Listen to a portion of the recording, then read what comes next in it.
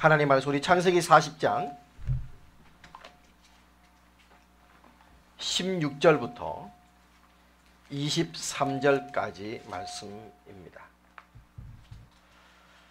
창세기 40장 우리 16절부터 23절까지 말씀. 창세기 40장 16절 제가 먼저 봉독하도록 하겠습니다. 떡 굽는 관원장이 그 해석이 기람을 보고 요셉에게 이르되 나도 꿈에 보니 흰 떡 세 광주리가 내 머리에 있고 그 윗광주리에 바로를 위하여 만든 각종 구운 식물이 있는데 새들이 내 머리에 광주리에서 그것을 먹더라. 요셉이 대답하여 가로되 그 해석은 이러하니 새 광주리는 사흘이라.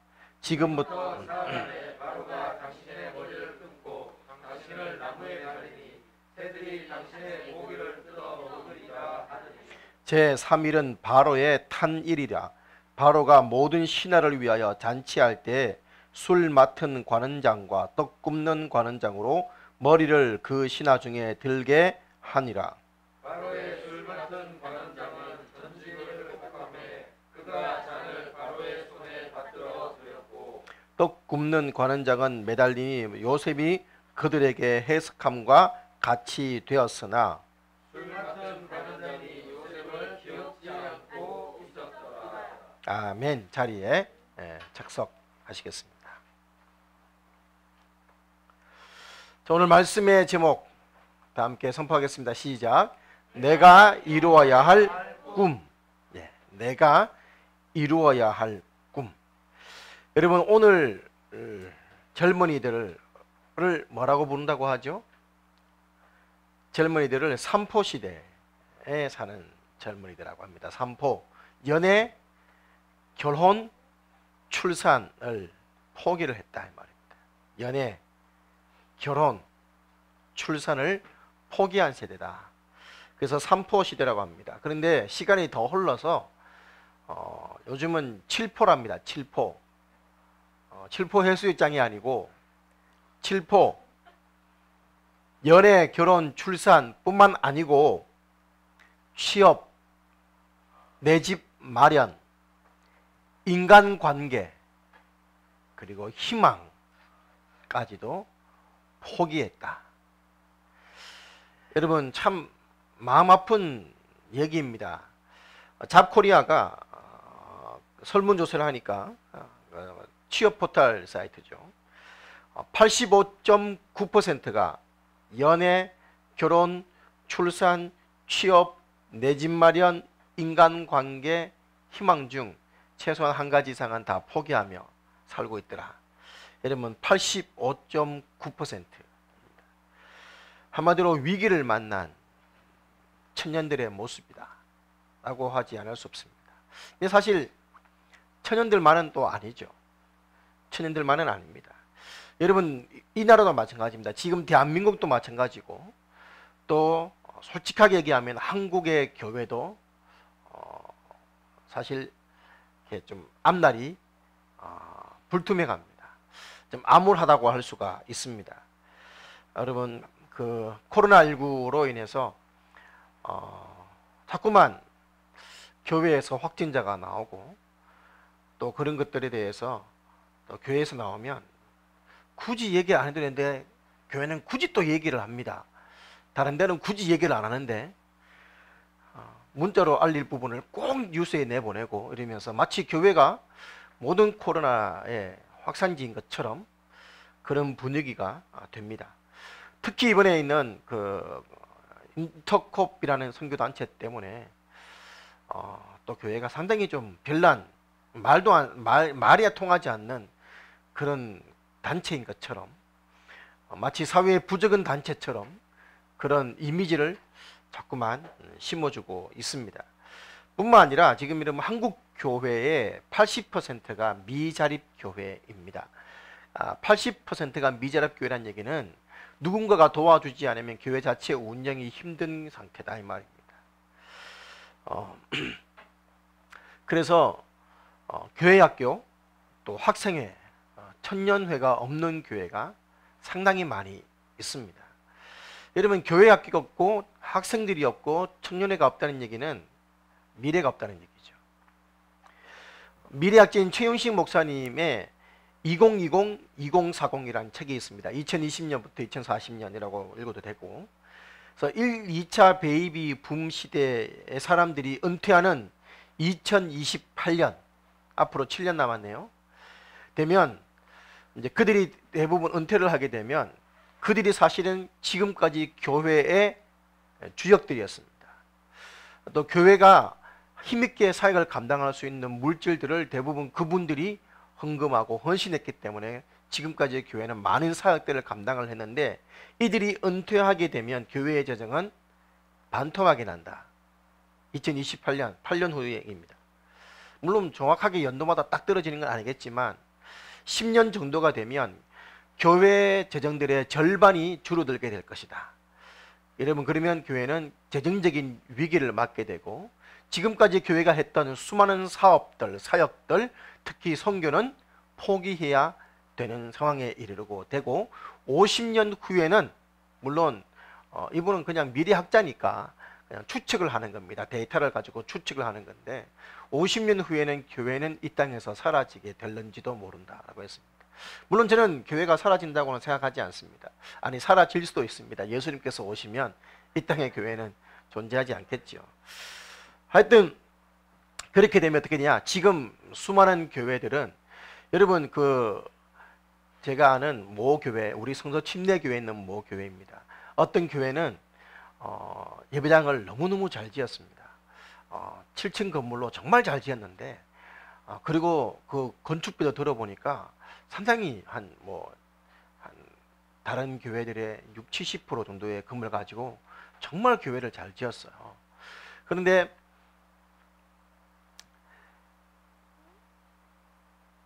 그러고 나니까 어떻게 되냐, 교회 건물이 이제 새 건물이고 그러니까 교회 층도 많고 방도 많으니까 이렇게 운영을 해야죠. 관리를 해야 되잖아요. 전기세를 비롯해서 관리비가 평소에 한 달 월세보다 더 많이 나오더라는 거예요. 그러니까 건물은 잘 짓는데, 자, 그런 교회가 만약에 20년 후에 은퇴하셨어요. 성도님들이 재정이 줄어들었어요. 자, 그 교회는 막 크지는 않아요, 사실은. 그런데 더 큰 사이즈의 교회들이, 성도들이 은퇴하시고 젊은 세대가 없다고 가정을 한다면 그 교회들은 어떻게 운영이 될까요? 그래서 많은 교회들이 헐값에 매각되거나 이단에게 팔리게 될 것이다. 정확하게 영국의 상황이 그렇습니다. 영국의 많은 그 아름다운 예배당들은 지금 이슬람 사원이나 술집이 되어 있습니다. 운영하기가 힘든 것이죠. 여러분, 그것이 영국의 이야기인 줄 알았는데 이제 10년, 20년 후면 이 땅의 이야기도 되더라, 이런 말입니다. 그러면 재정이 없어서 목회도 선교도 다 힘들어지게 된다.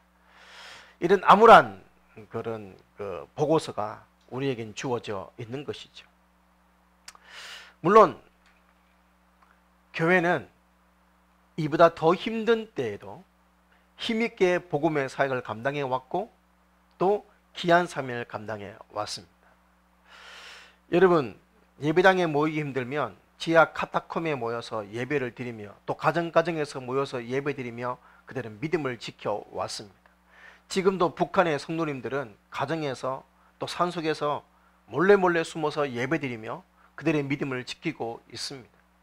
예배당 건물이 교회가 아니기 때문에 교회는 언제든지 다시금 힘있게 하나님의 사명을 감당하게 되리라고 저는 그렇게 믿고 있습니다.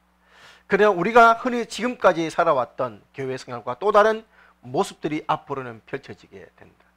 여러분, 그런 소식들을 듣게 되면 여러분도 솔직히 가정에서 여러분의 가정의 미래를 생각을 하면 암담하고 답답하기도 하고 두렵기도 하고, 어떻게 우리 가정을 앞으로 우리가 먹고 살아야 되지? 라는 염려가 드는 것처럼 제 같은 목회자들도 앞으로 어떻게 교회를 목표를 세우고 방향을 정하고 달려가야 될까 고민하게 되는 것입니다. 여러분, 어떻게 보면 위기인 것처럼 느껴질 수 있습니다. 사랑하는 여러분, 그렇다면 이 위기 같은 느낌과 이 상황 앞에서 우리가 어떤 자세, 어떤 모습을 취해야 될까요? 안담하니까, 안 된다니까 그냥 거기에 함께 휩쓸려서 주눅들며 살아가야 할까요? 여러분, 오늘 본문에 보면 이보다 더 큰 위기들을 늘 일상처럼 맞고 살아가는 한 사람을 보게 됩니다. 누구입니까? 요셉입니다. 요셉. 그러나 여러분도 잘 알다시피 요셉이라는 사람은 별명이 뭐예요? 꿈의 사람이에요. 형들은 이 요셉을 꿈쟁이라고 불렀습니다. 그런데 여러분, 요셉의 인생은 어떻게 보면 위기로 점철되어 있다고 해도 과언이 아닙니다. 어떤 분은 이 요셉을 이렇게 평가했습니다. 투 스트라이크를 넘어서 야구입니다. 삼진 아웃을 당한 상태다 라고 평가했습니다. 여러분, 첫 번째는 요셉은 집안이 힘들었어요. 부자다가 아니고 그야말로 권력과 또 수많은 암투가 있는 무슨 왕조를 보는 것 같은 그런 느낌이 됩니다. 엄마가 4명이나 있고 배다른 형제들이 12명씩이나 있고 그 중에서 특별히 또 어떤 자녀들은 더 많이 사랑을 받고 또 그런 그들에 대해서 시기하고 질투하고 그들을 죽이려 하는 그런, 어떻게 보면 우리말로 참 암담한 가정의 모습입니다. 게다가 친엄마는 동생을 낳으면서 돌아가셨습니다. 엄마는 4명이나 하셨지만 내 엄마는 없어요 이제.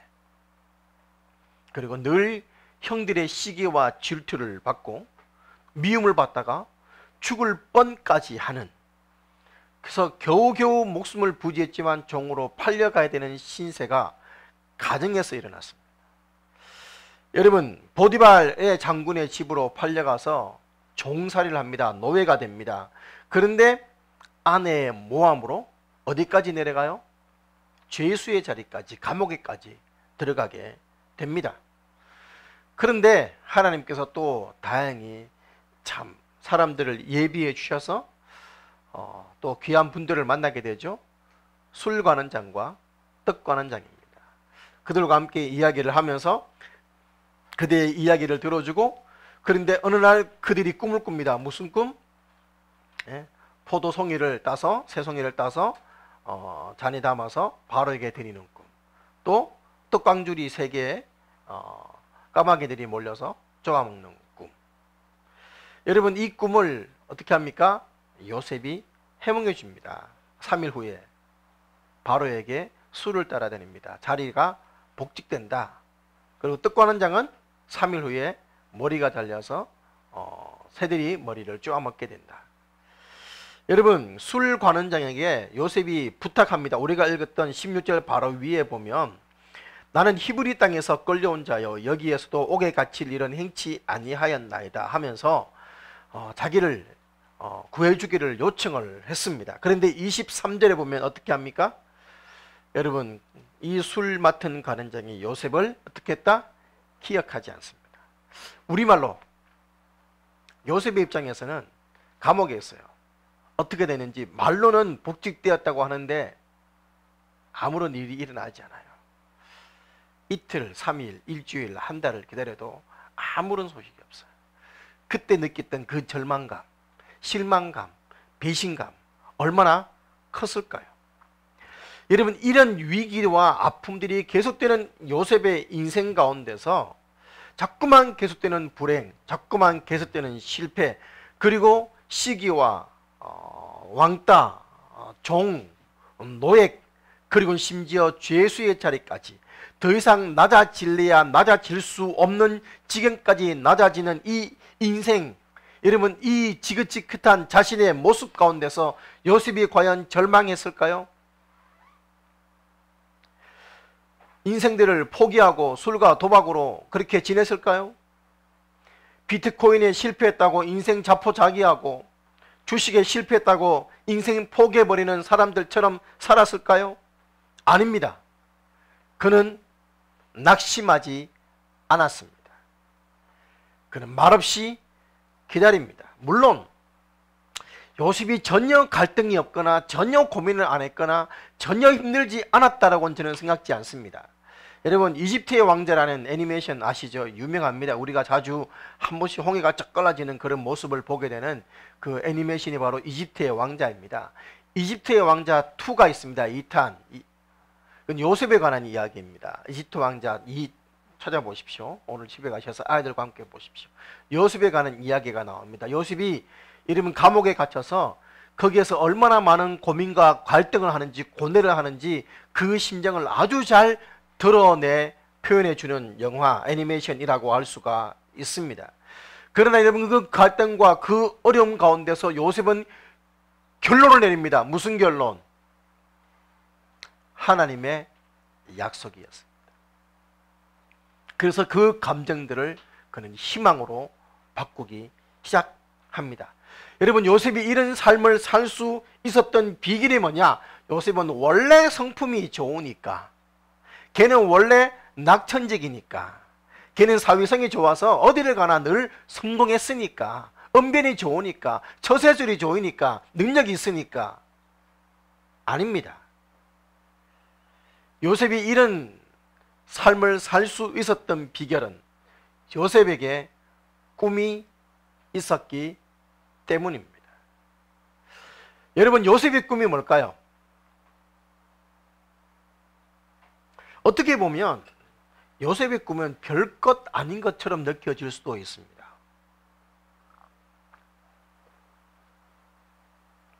어느 날 꿈을 꿉니다. 곡식을, 벼는 아니고 아마 이제 밀 같아요. 곡식단을 쌓아서 이렇게 쌓아둡니다. 근데 형들의 곡식단과 내 곡식단인데 형들의 곡식단이 자기의 곡식단을 향해서 뭐 하더라? 절을 하더라. 여러분, 그리고 또 이따가 또 다시 꿈을 꿉니다. 해와 달과 11별이 있는데 자기한테 뭐 하더라? 절을 하더라. 여러분, 쉽게 말하면 이 말입니다. 형들이 내한테 절하고 엄마와 아빠가 내한테, 그리고 형들도 내한테 뭐 하더라? 절을 하더라, 이 말인 겁니다. 여러분, 형들이, 부모님이 내한테 절했어. 저는 그보다 더 별난 꿈도 꿉니다. 하늘도 막 날고 좀 별리하는 꿈도 꿉니다. 어떻게 보면 별것 아닌 꿈처럼 보일 수 있어요. 그런데 여러분, 이 꿈의 결론은 뭐예요? 이 꿈의 결론은 무슨 뜻이죠? 이 꿈이? 형들이 자기한테 절을 하고 부모까지도 내한테, 아버지까지도 내한테 절을 할 정도면, 여러분, 부모님이 절을 해야 될 정도로 나의 신분과 나의 위치가 어떻게 된다? 높아지게 된다. 우리 한국 사람들의 좋아하는 표현을 빌리면 출세해서, 성공해서 권력의 자리에까지 서게 된다, 이 말입니다. 여러분, 이것이 요셉이 꿈이었어요. 나는 이렇게 절망으로 끝날 존재가 아니야. 나는 소위 말해 우리말로 나는 성공해야 되는 존재야, 이 말인 거죠. 물론 이 이야기를 들은 형들은 기분이 나쁩니다. 동생이 형한테 절을 해야지. 왜? 그래서 사실 이 꿈 때문에 동생은 더 큰 미움을 받게 되고, 그리고 요셉이 형들한테 올 때 저기 꿈쟁이가 온다 그러면서 이 요셉을 죽이려고 구덩이에 던져놓습니다. 쉽게 말씀하면이죠. 죽었을때까지 네 꿈이 이루어지는지 보자. 결국은 꿈 때문에 당하는 고난이다 해도 과언이 아닙니다. 여러분, 그러나 이 꿈은 요셉을 변화시킵니다. 요셉에게 좋은 영향력을 끼칩니다. 여러분, 요셉이 그 이후에 모든 고난과 어려움을 극복하게 되었던 이유 중에 하나가 바로 이 꿈이었습니다. 언젠가는 모든 사람이 내게 절할 날이 온다. 형들과 아버지까지 내게 절할 정도면 모든 사람이 내게 절할 날이 온다. 여러분, 언젠가는 하나님이 나를 높이실 것이다. 언젠가는 나는 승리할 것이다. 이 꿈 하나로 버티고 버텼습니다. 요셉은 꿈을 믿었습니다. 꿈이 이루어질 것을 믿었습니다. 근데 사실은 여러분 솔직하게 얘기하면 우리는 요셉 그러면 꿈의 사람 요셉이라고 이야기하고 수많은 젊은이들에게 청소년들에게 꿈을 꾸세요 뭐 이런 내용의 말을 많이 합니다. 그런데 여러분 사실 이 꿈은 요셉이 꾸고 싶어 꾼 꿈이 아니에요. 젊은이들에게 청소년들에게 꿈을 가지십시오 할 때 하는 그런 꿈하고는 다른 차원이에요. 사실은. 왜? 요셉이 꾼 꿈이 아니니까. 요셉이 나는 앞으로 나는 성공할 거야, 형들과 부모들도 나는 절을 하는 인생이 될 거야 라고 세운 꿈이 아니라는 거예요. 하나님이 주신 꿈이에요. 여러분, 그리고 그 꿈들을 해석을 했다는 것은 다니엘서도 마찬가지겠지만 그 꿈을 통해 계시하시는 하나님의 음성을 듣고 그 계시를 분별할 줄 아는 선지자의 직분을 가졌다라고 해도 과언이 아닙니다. 여러분, 요셉이 꿈을 꾸었다는 얘기는 하나님이 요셉에게 뭐 하셨다? 계시하셨다 이 말인 겁니다. 여러분, 내 스스로 생각하고 내 스스로 세운 야망이나 그런 포부 같은 것이 아니었다는 것이죠. 내 안이나 내 욕심을 채우기 위한 내 계획, 내 생각이 아니라 하나님의 앞으로 일하실 것을 여러분 바라보며 나아가는 꿈이었습니다. 하나님의 뜻과 하나님 나라의 섭리 가운데 나를 사용하실 것에 대한 믿음이고 확신이었습니다. 자, 저는 여기서 이렇게 질문을 해봅니다. 그러면 요셉에게 굳이 하나님이 왜 이 꿈을 꾸게 하셨을까?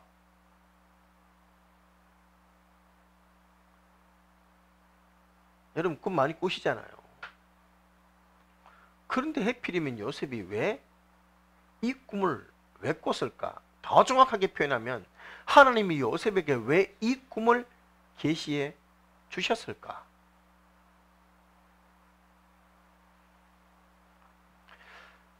여러분, 저는 이미 얘기를 했지만 저는 이렇게 결론을 내렸습니다. 하나님이 왜 요셉이 꿈을 꾸겠을까? 하나님에게 요셉을 향한 꿈을 주신 의도가 뭘까? 하나님은 요셉의 인생을 아신다 모르신다? 아십니다. 하나님은 요셉이 앞으로 어떤 인생을 가게 될지 아신다 모르신다? 아십니다. 하나님은 요셉이 앞으로 얼마나 더 낮아지고 낮아질지 아신다 모르신다? 아십니다. 하나님은 요셉의 인생을 아시기 때문에 그가 얼마나 험난하고 얼마나 고통스럽고 얼마나 괴로울지를 아시기 때문에 요셉이 남아있는 삶은 여러분 솔직히 요셉의 힘만으로는 버티기 힘든 인생이었어요. 형들에게 죽임을 당할 뻔하다가 겨우겨우 목숨을 부지해서 종으로 팔려가는 인생. 이것만 해도 참 참담한 인생인데 거기에서 또 종으로 살이하다가 모함을 받고, 여러분 모함 누군가로부터 여러분 모함 평생을 한을 가지고 억울해서 못 사는 사람들이 얼마나 많아요. 억울해서 밤잠을 못 잘 거예요. 그런데 게다가 또 뭐 감옥에 갇혀 죄수까지 돼요. 그리고 옥에서도 배신당해요. 여러분, 이런 요셉의 미래를 알고 계신 하나님께서 요셉에게 미리 꿈을 꾸게 해 주셨습니다. 네가 미래에 어떤 사람이 될 것인지 나는 계획하고 있다. 알고 있다. 여러분, 이것이 내 현실이고 이것이 네 미래가 될 것이다. 여러분, 지금 요셉의 인생은 너무너무 힘든 상황 가운데 있지만 최후 승리를 안다면 이 힘든 시기들을 이길 수 있다 없다? 있습니다.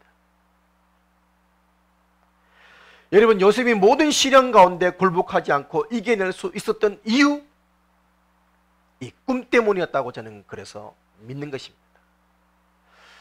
사랑하는 여러분, 꿈이 있는 자는 결코 포기하지 않습니다. 꿈이 있는 사람은 결코 흔들리지 않습니다.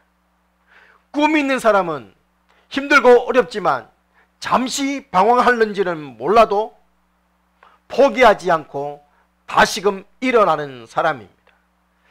여러분, 그렇다면 여러분이 이렇게 말하고 싶을 겁니다. 와, 요셉은 좋겠다. 하나님이 분명하게 계시해 주셨어. 하나님, 나도 그렇게 확실하게 좀 보여줬으면 좋겠다. 이런 생각이 드실 겁니다. 그런 여러분에게 희소식을 전해드리겠습니다. 여러분은 요셉의 꿈보다 더 확실한 하나님의 계시를 받은 사람들입니다.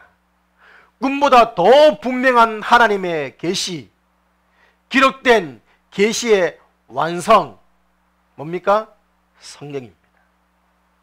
여러분, 이 성경보다 더 분명한 하나님의 계시는 없습니다. 성경은 여러분의 걸음을 비춰주시고 보여주실 것입니다. 여러분이 어떤 길을 가야 될 것인지를 교훈해 주실 것입니다. 성경은 여러분이 어떤 부르심을 받았는지를 이미 알려주셨습니다. 성경은 여러분이 어떤 길을 가야 하는지 이미 보여주셨습니다. 때로 여러분이 잘못된 길을 가면 성경은 여러분을 엄하게 책망할 것입니다. 그 길 아니야. 여러분, 그래서 성경은 여러분을 돌이키게 할 것입니다. 회개하게 할 것입니다. 여러분, 회개가 뭡니까?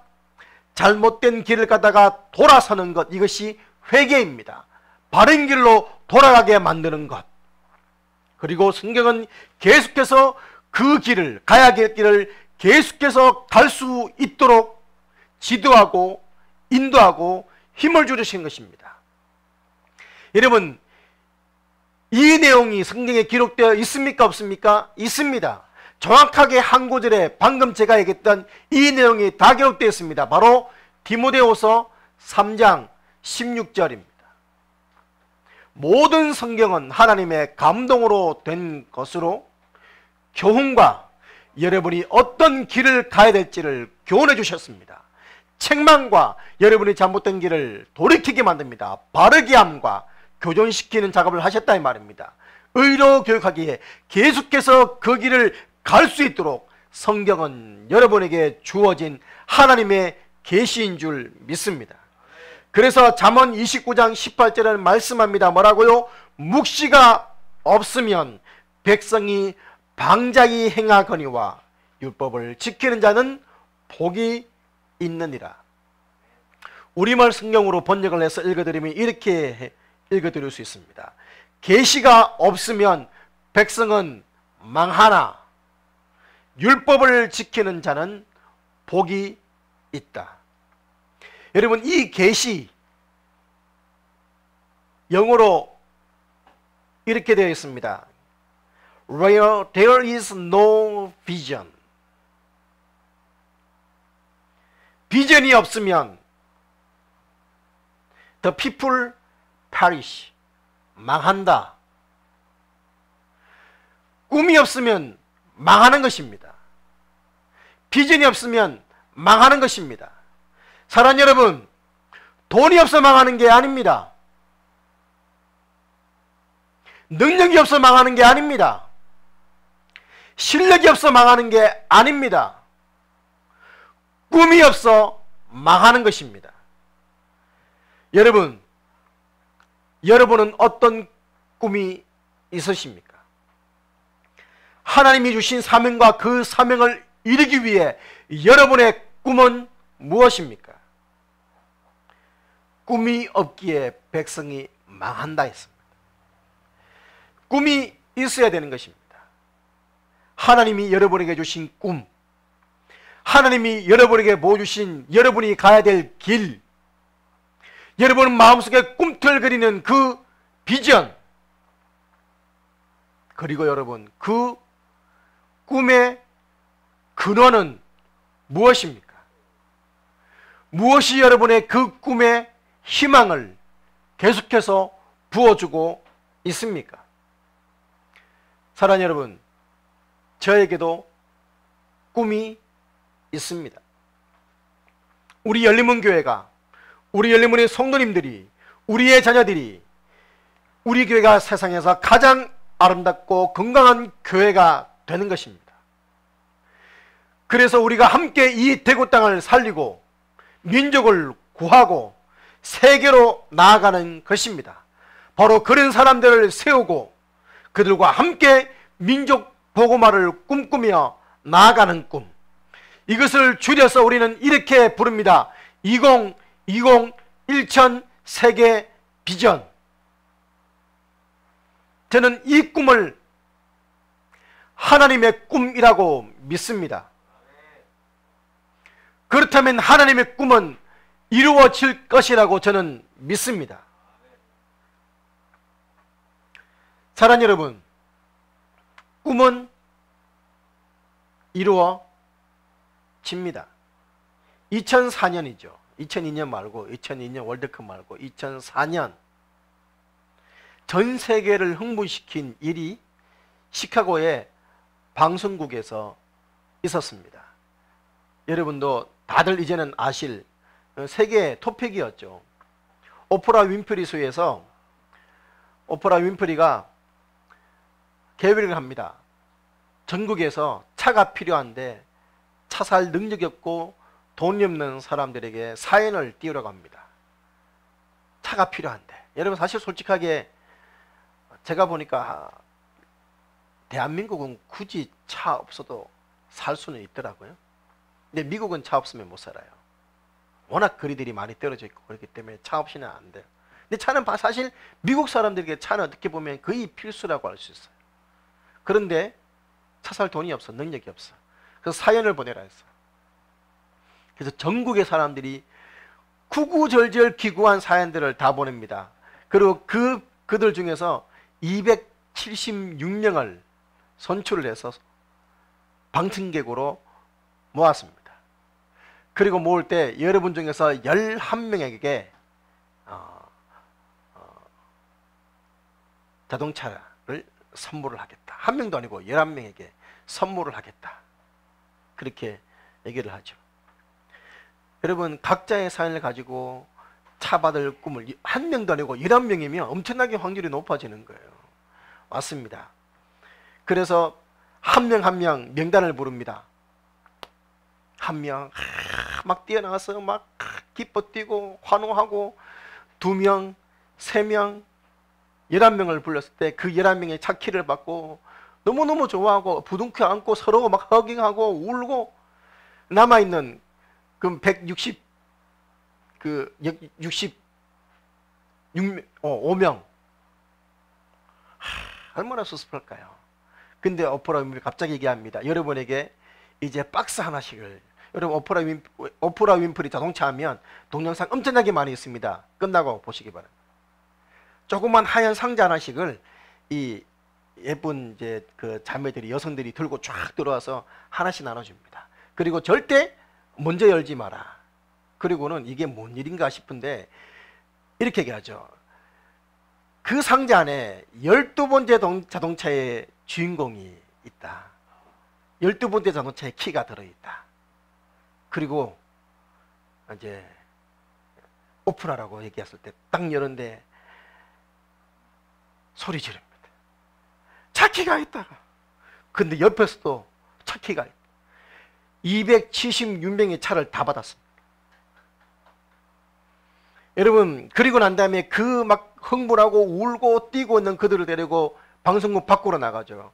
270몇 대의 차가 도열해 있습니다. 빨간 리본들을 차에 다 메고, 웨딩카처럼 메고.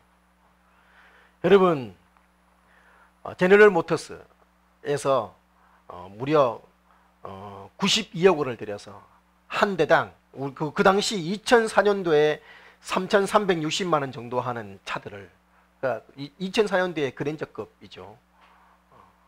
다 선물해 준 거예요. 폰티악 스포츠. 여러분 이날 제가 왜 이 얘기를 너무나 여러분도 잘 아는 이 얘기를 한 이유가 뭐냐? 이날 이 오프라 윈프리 쇼의 주제가 뭔지 아십니까? 아무리 터무니없는 꿈이라도 이루어진다였습니다.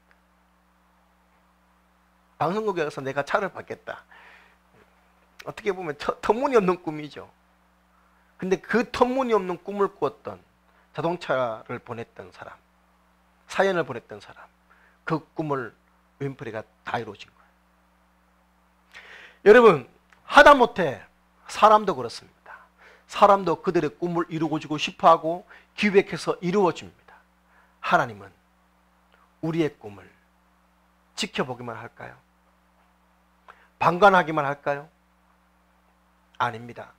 나보다 더 하나님은 나를 잘 아시는 분이십니다. 꿈은 이루어집니다. 하나님의 꿈이라면 더더욱 이루어집니다. 여러분, 하나님의 여러분의 마음속에 하나님의 꿈을 주시도록 기도하시기 바랍니다.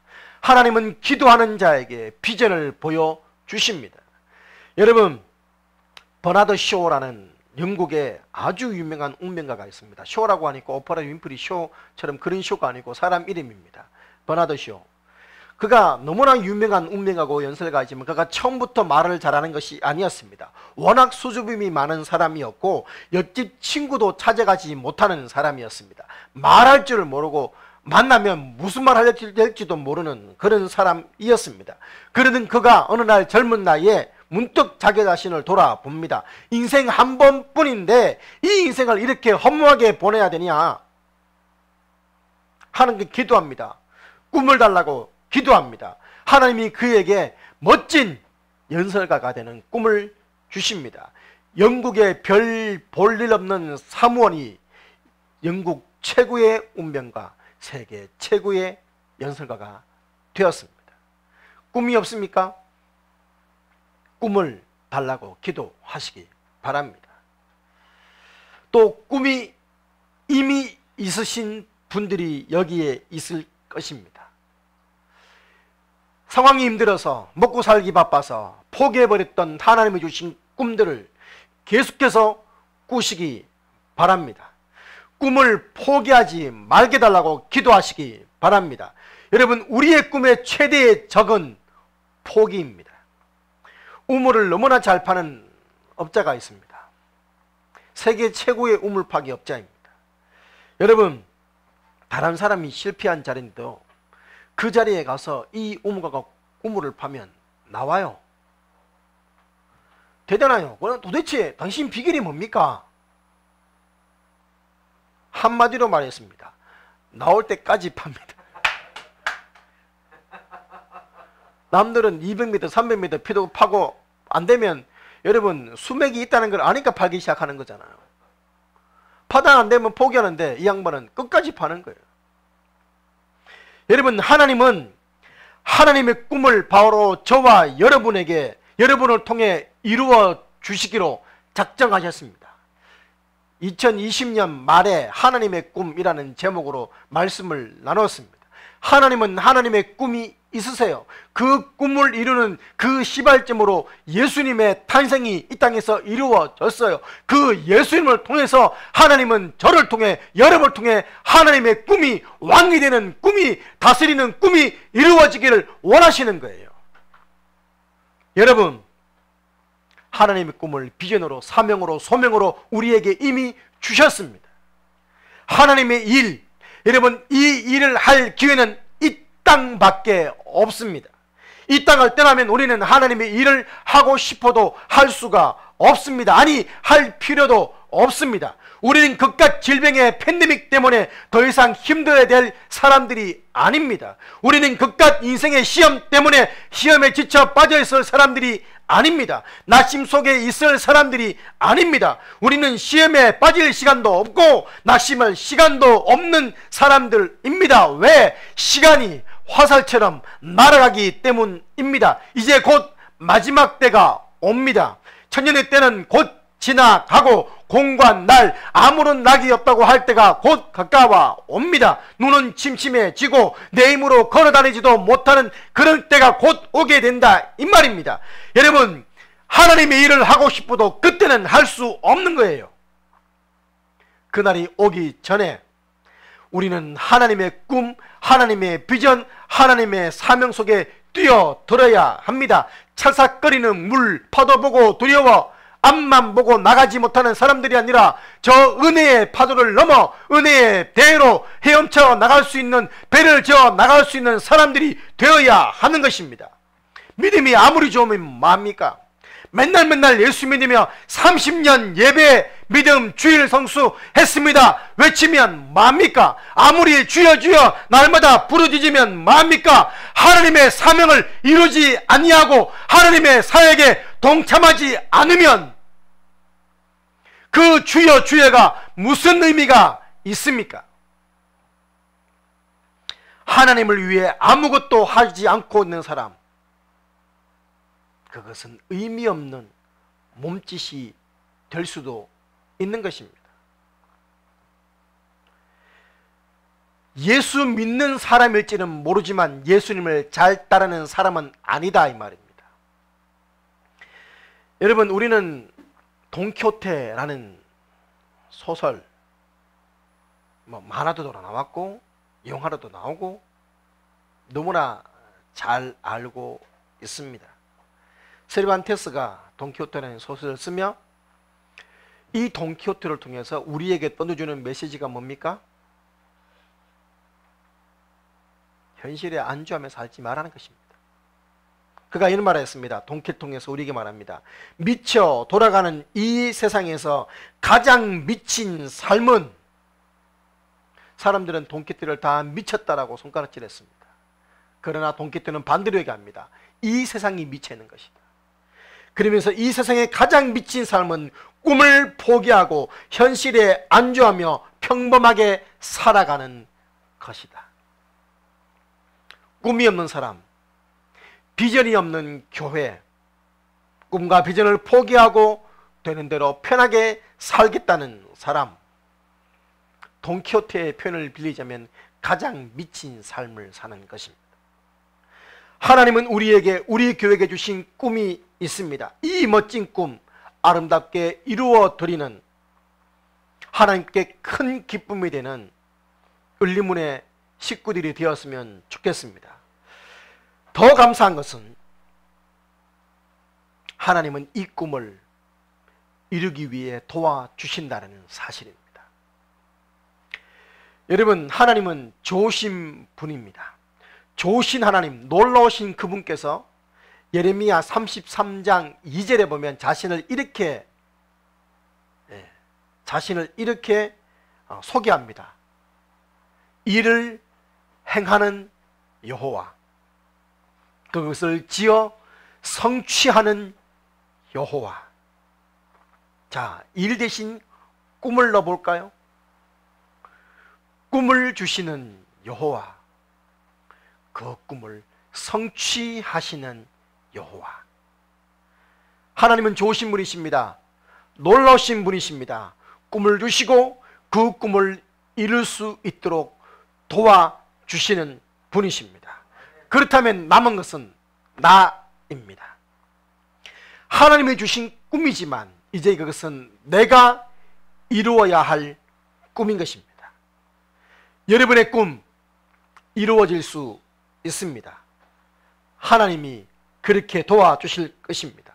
하나님이 주신 꿈을 붙잡고 그 꿈이 이루어지는 날까지 끝까지 포기하지 말고 그 꿈을 향해서 하나님의 말씀의 인도를 따라 한 걸음 한 걸음 나아가 마침내 요셉처럼 꿈의 성취를 보는 열레문의 모든 식구들이 되시기를 주님의 이름으로 축원합니다.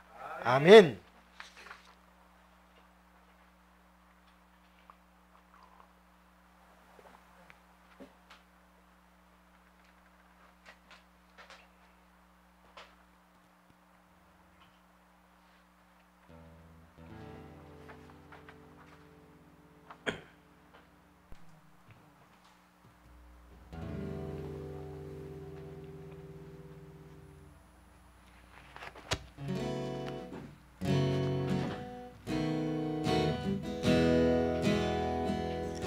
땅에 오직 주밖에 없네. 그 무엇도 나를 채울 수 없네. 주님의 평안 내 안에 있네. 그 누구도 빼앗을 수 없네. 세상은 변해가고 소망은 힘을 잃어도 변함없이 붙드시는 그 구원의 손길. 폭풍이 몰려와도 두려움 물러가네. 우리를 위해 싸우시는 그 손을 의지해. 이 땅에 오직 주밖에 없네. 그 무엇도 나를 채울 수 없네. 주님의 평안 내 안에 있네. 그 누구도 빼앗을 수 없네. 이 세상 어디에서 평안을 찾을 수 있나. 목숨까지 내어주신 그 깊은 사랑을 우리가 바래왔고 꿈꾸어왔던 미래가 한없는 사랑 안에서 열리고 있네. 이 땅에 오직 주밖에 없네. 그 무엇도 나를 채울 수 없네. 주님의 평안 내 안에 있네. 그 누구도 빼앗을 수 없네. 이 땅에 오직 주밖에 없습니다. 이 땅에 오직 주밖에 없네. 그 무엇도 나를 채울 수 없네. 주님의 비전, 주님의 비전 내 안에 있네. 그 누구도 빼앗을 수. 한 번 더 고백합니다. 이 땅에 오직 주밖에, 이 땅에 오직 주밖에 없네. 그 무엇도 나를 채울 수 없네. 주님의 소망, 주님의 소망 내 안에 있네. 그 누구도 빼앗을 수 없네.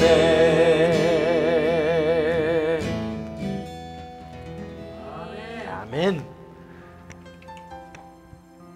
사랑하는 여러분, 오늘 말씀 붙들고 우리 아버지 앞에 결심하며 결단하며 기도했으면 좋겠습니다. 여러분의 꿈은 무엇입니까?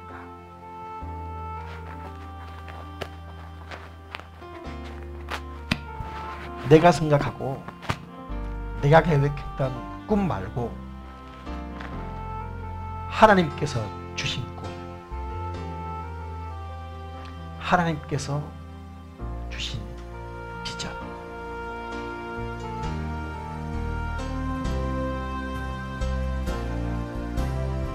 여러분이 하나님 말씀 앞에서 결단하며 결심하며 헌신했었던 하나님을 위한 여러분의 비전과 소망과 꿈들이 분명 있었습니다.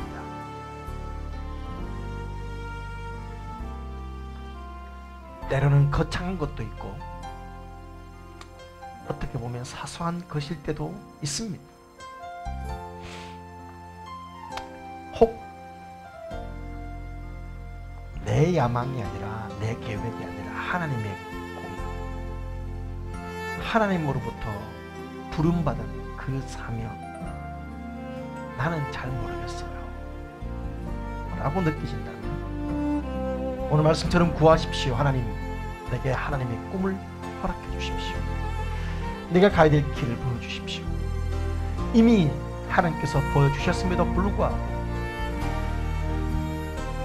이건 아니야 라고 거절하고 싶어서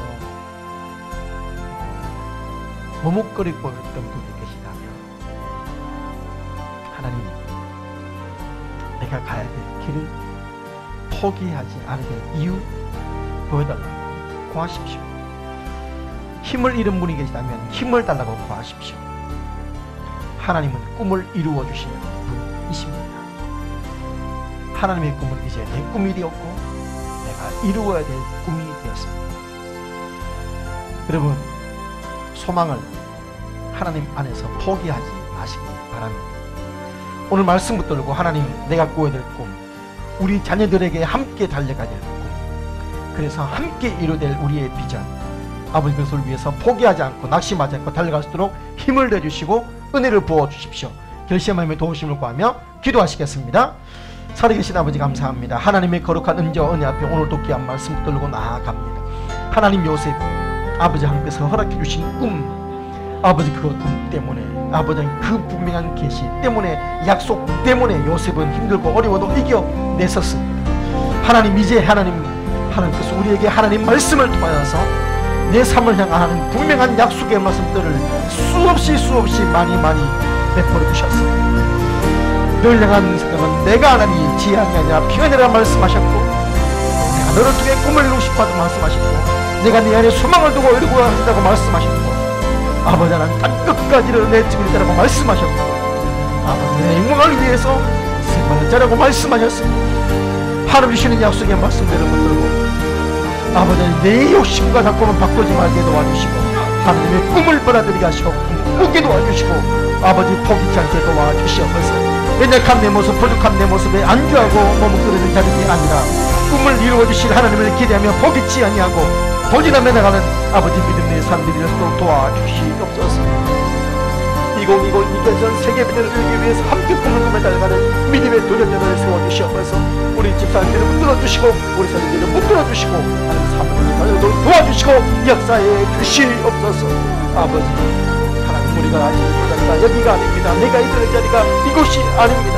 아버지 하나님, 내가 있을 자리는 하나님의 영이고 하나님의 사명의 자리고 하나님과 함께 아버지 섬기는 자님을 깨달아 알게 도와주시고, 이분과 함께 아버지 우리 다음 세대 우리 자녀들이 꿈을 꾸게 하시고 하나님의 나라를 위해서 쓰임할 수 있도록 아버지 우리 자녀들이 우리 부모님들이 그 꿈을 열어줄 수 있도록 도와주시옵소서. 포기하지 않는 모든 친구들에게 도와주시옵소서.